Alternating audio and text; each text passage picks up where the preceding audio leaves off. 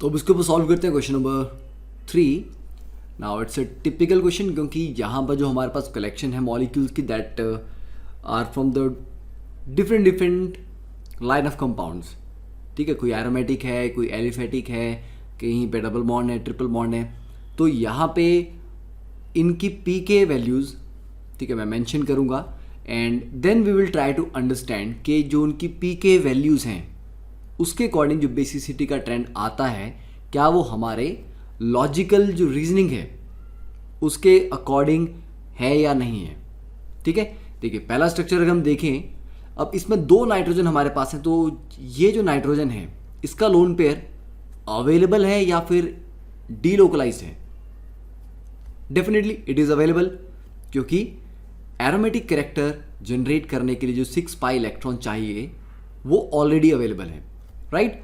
और ये नाइट्रोजन जो है इसका lone pair, now this is delocalised, तो ये डीलोकलाइज होगा। तो इतना तो हम बोल सकते हैं कि दोनों नाइट्रोजन में ये जो नीचे रिंग वाला nitrogen that appears to be more basic. और इस कंपाउंड का जो पीके वैल्यू है, ठीक है, पीके का एक्चुअली मतलब ये है कि एक्चुअली उसके कॉन्जुगेट एसिड का पीके है। ठीक है, डायरेक्टली इसका तो हम नहीं ले रहे हैं। तो जो पीके ए उसको आप एच वैल्यू बोल सकते, पीके एच दैट इज 9.2। तो जितनी ज़्यादा ये पीके वैल्यू होगी उतना ये बेसिक होगा। ठीक है, सेकंड यहाँ पे और विड्रॉइंग ग्रुप की प्रेजेंस क्या करती है? विड्रॉइंग ग्रुप की प्रेजेंस बेसिसिटी कम करती है। इसकी पीके वैल्यू -0.25 है, बहुत कम बेसिसिटी है, क्योंकि पहले तो ये नाइट्रोजन डीलोकलाइज है, ऊपर से ऑर्थो पोजीशन पे we have a strong -M and -I group. अब यहाँ पे जो नाइट्रोजन का लोन पेयर है ये अवेलेबल है, ठीक है, sp3 हाइब्रिडाइज भी है, तो ऑब्वियसली बात है इसकी बेसिसिटी एक्सपेक्ट करेंगे हम कि काफ़ी ज़्यादा हो। अब ऑक्सीजन का यहाँ पर क्या रोल होगा? Oxygen will only act as a -I group, तो ये -I ग्रुप की तरह काम करेगा, तो बेसिसिटी को थोड़ी सी कम करेगा। तो इसकी जो pKh वैल्यू है दैट इज 8.36। ठीक है, अब इन वैल्यूज़ को बताने का पर्पज़ ये है कि जब आप रैंडम क्वेश्चन सॉल्व करते हो तो ये बोलना कि ये ज़्यादा होगा ये कम होगा, दैट इज़ वन वे। आप क्वालिटेटिवली डिफाइन कर रहे हो कि कौन सी किस कंपाउंड की बेसिसिटी ज़्यादा है, किसकी कम है। बट जब आप उसकी पी के वैल्यू देखते हो तो आपको रियलिटी में ये समझ आता है कि ज़्यादा कम का एक्चुअल डिफरेंस वहाँ पे कितना है, कौन कितना ज़्यादा है, कितना कम आ रहा है। ठीक है, तो इसलिए मैं आपको पी के वैल्यू एक्सप्लेन कर रहा हूँ। अब इसमें एनिलीन में जो पी के वैल्यू दैट इज 4.6, क्योंकि जस्ट डीलोकलाइज था। तो देखो सिर्फ नाइट्रो ग्रुप लगाने से पी के वैल्यू कितनी कम होगी, मतलब बेसिसिटी कितनी रिड्यूस होगी। देन साइनाइड की बात करें तो कार्बन ट्रिपल बॉन्ड नाइट्रोजन, एक तो नाइट्रोजन sp हाइब्रिडाइज है, ठीक है, sp हाइब्रिडाइज होने की वजह से बहुत क्या होगा, उसकी बेसिसिटी कम होगी। और साथ में जो बेंजीन रिंग है, बेंजीन रिंग के साथ थोड़ा बहुत जो डबल बॉन्ड ट्रिपल बॉन्ड है इट विल बी डीलोकलाइज्ड। ठीक है, तो बेंजीन से वो विड्रॉ करेगा। तो ओवरऑल इसकी पी के वैल्यू बेसिसिटी बहुत कम है, that is -10। Then 2 phenyl group लगे हैं, तो दोनों बेंजीन के ऊपर नाइट्रोजन का लोन पेयर डीलोकलाइज हो रहा है। ठीक है, तो इसकी पी के वैल्यू दैट इज 0.78, बेसिसिटी कम है।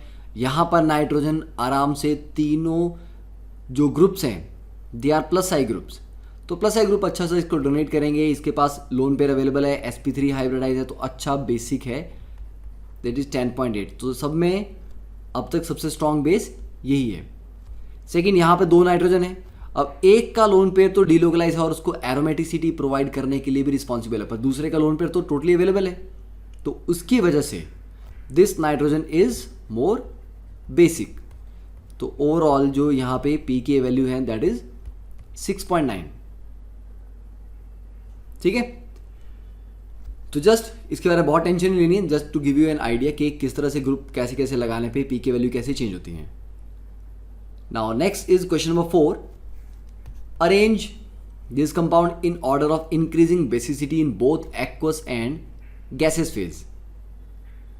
ठीक है, तो एक्वस फेज का बेसिसिटी ऑर्डर आई थिंक हमने अब तक नहीं किया हुआ है, तो आप गैसेस फेज की बात करो, ठीक है, उसके अकॉर्डिंग डिफाइन करो। देन लेट्स सी कि एक्वस फेज में क्या होता है। देखिए गैसेस फेज में सिंपल जो इफेक्ट काम करने वाला है दैट इज इंडक्टिव इफेक्ट। तो इंडक्टिव इफेक्ट जितने ज़्यादा डोनेटिंग ग्रुप लगे होंगे बेसिसिटी उतनी ज़्यादा होगी। तो बेसिसिटी जब आप गैस फेज में ले रहे हो तो it is simply 3 degree amine, ज़्यादा बेसिक है, और उससे कम बेसिक होगा 2 डिग्री अमीन, और उससे भी कम होगा 1 डिग्री अमीन, और लास्ट में आ जाएगा NH3। तो ये होता है आपका गैसेस ऑर्डर। अब जब एक्वस की बात करते हैं तो एक्वस फेज में 2 अलग अलग फैक्टर आ जाते हैं। पहली बात, जैसे कि आप NH3 की बात करो तो NH3 को पानी में डालते ही क्या होगा, ये बनाएगा NH4 पॉजिटिव, और ये जो NH4 पॉजिटिव बनेगा मतलब इफेक्टिवली ये NH4OH बनाएगा, पर उसमें से मेन चीज़ है ये NH4 पॉजिटिव। अब ये जो 4 हाइड्रोजन हैं they will be involve in hydrogen bonding. ठीक है, तो ये आपका बेस था, ये इसका हो गया कॉन्जुगेट एसिड। कॉन्जुगेट एसिड जितना स्टेबल होगा बेस उतना स्ट्रांग होगा, और कॉन्जुगेट एसिड को स्टेबलाइज कौन कर रहा है, H बॉन्डिंग सॉल्वेंट के साथ, ठीक है, आसपास जो वाटर मॉलिक्यूल उनके साथ हाइड्रोजन बॉन्डिंग कर रहा है, तो it is stabilized by H bonding. ठीक है, अच्छी खासी स्टेबिलिटी को मिल रही है हाइड्रोजन बॉन्डिंग से, क्योंकि चारों जो हाइड्रोजन लगे they are involve in H bonding. अब जैसे आप NH3 में एक R ग्रुप इंट्रोड्यूस करते हो, ठीक है, CH3NH2, अब जब इसका कॉन्जुगेट एसिड बनेगा that will be CH3NH3 positive. तो अब इसमें कितनी हाइड्रोजन बॉन्डिंग होगी, इसमें सिर्फ 3 साइड हो सकती है, और कोई पॉसिबिलिटी नहीं है।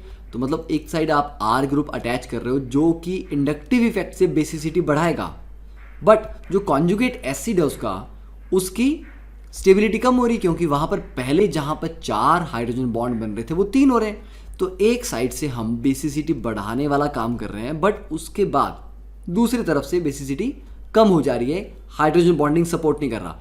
तो एक चीज़ तो मैं आप डायरेक्टली बोल सकते हैं कि हाइड्रोजन बॉन्डिंग और इंडक्टिव इफेक्ट एक दूसरे के अगेंस्ट काम कर रहे हैं। जितना इंडक्टिव इफेक्ट बेसिसिटी बढ़ाने की ट्राई करेंगे उतनी कॉन्जुगेट एसिड की स्टेबलाइजेशन कम हो जाएगी। ठीक है, जैसे कि अब यहाँ पे मैं दूसरे H को भी रिप्लेस कर दूं अगर CH3 से, ठीक है, तो यहाँ पे क्या रहेगा, ये आ जाएगा CH3, तो यहाँ पर हाइड्रोजन बॉन्डिंग और कम होगी, तो बेसिसिटी एक तरीके से बढ़ रही, दूसरा कम हो रहा है। तो ओवरऑल वी कैन से कि both effects are working against each other. तो नेट जो बेसिसिटी है it is the resultant of hydration effect, that is जो हाइड्रोजन बॉन्डिंग वहां पे हो रही है, तो हाइड्रेशन प्लस इंडक्टिव इफेक्ट का रिजल्टेंट है। तो you can say basicity in aqueous medium is a resultant of solvation plus inductive effect। ठीक है, और ये जो सॉल्वेशन है ये आप ऐसा नहीं बोलते कि सभी के लिए बराबर होगी, क्योंकि ये जो अल्काइल ग्रुप आप अटैच करोगे, आप मिथाइल लगाते हो, इथाइल लगाते हो और बल्कि ग्रुप लगाते हो, तो साइज वेरी करेगा, तो सॉल्वेशन भी वेरी करेगी। इसलिए केस टू केस बेसिसिटी का जो ट्रेंड है ऑर्डर दैट विल चेंज। तो हम इसमें ये बोलते हैं फॉर मिथाइल वाले केस में, मिथाइल अमीन के केस में आप बोलते हो बेसिसिटी यहाँ पे 213, that is CH3 twice NH, उसके बाद आ जाता है CH3NH2 2 degree 1 degree, then CH3 thrice N, ठीक है, 213 और उससे कम अमोनिया। जबकि इथाइल के लिए 231 ET2NH, then ET3N, then ETNH2, then simple NH3। तो ये केस है एक्वस मीडियम में। ठीक है, समझ आ गया। बस आपको यही 2 केस याद रखने, इसके अलावा कोई और इससे ज़्यादा आपको केस आ सकता है, नहीं आ सकता, बिकॉज वो एनसीईआरटी में डिफाइंड नहीं है, बिकॉज एनसीईआरटी में ये 2 केसेस डिफाइंड हैं। क्लियर?